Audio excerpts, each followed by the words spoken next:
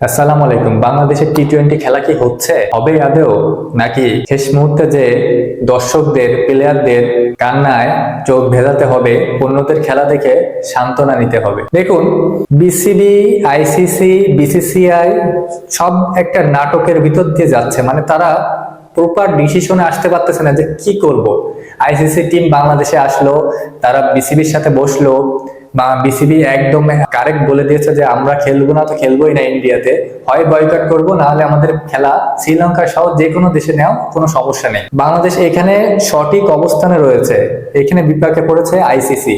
আইসিসির main chairman যে জয় শাহ, তিনি চায় না যে ইন্ডিয়া থেকে সরে যে এই খেলাটা অন্য দেশে যাক। তাহলে তাদের মিডিয়া রাইটস নিয়ে সমস্যা হবে, তাহলে তাদের অর্থনৈতিক দিক থেকে একটু সমস্যা হবে, তাহলে মেন সমস্যা তাদের দেশে যে খেলার জন্য এখন সঠিক স্থান নয়, সেটা বহির্বিশ্বের কাছে প্রকাশ হবে।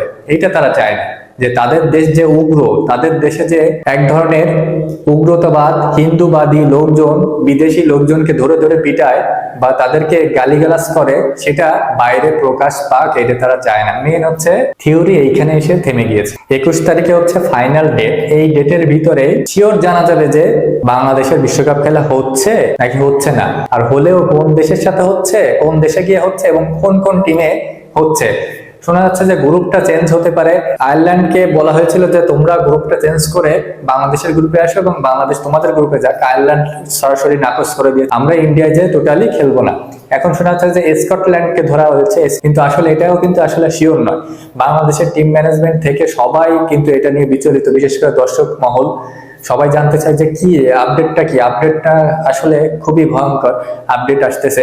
হয়তো বা 21 তারিখে ফাইনালি জানা যাবে বাংলাদেশ আসলে খেলবে কি খেলবে না। টি-20 বিশ্বকাপের মতো একটা জায়গায় বাংলাদেশ যদি পার্টিসিপেট না করতে পারে, তাহলে এর থেকে কষ্ট আর কিছু হবে না বাংলাদেশ টিমের জন্য, বাংলাদেশ দর্শকের জন্য, সব জায়গায়।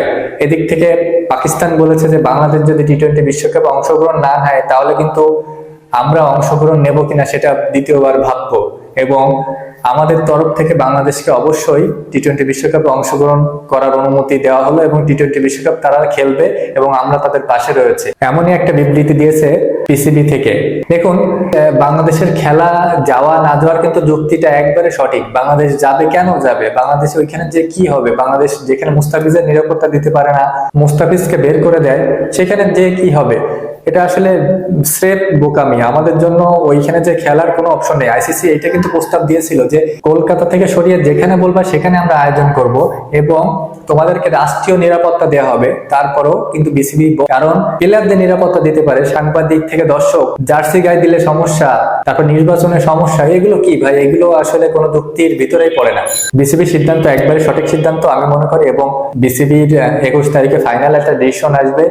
সবাই দোয়া করি যেন ভালো ডিসিশন আসে এবং অন্তত আইসিসি এবং বিসিসিআই সবার জন্য একটা সুন্দর সুমতি উদয় হয় এবং বাংলাদেশের পক্ষে যেন রায়টা হয়, সেটাই কামনা করতেছি। কেমন লাগলে ভিডিওটি জানাবেন, ভালো লাগলে পাশে থাকবেন। ধন্যবাদ।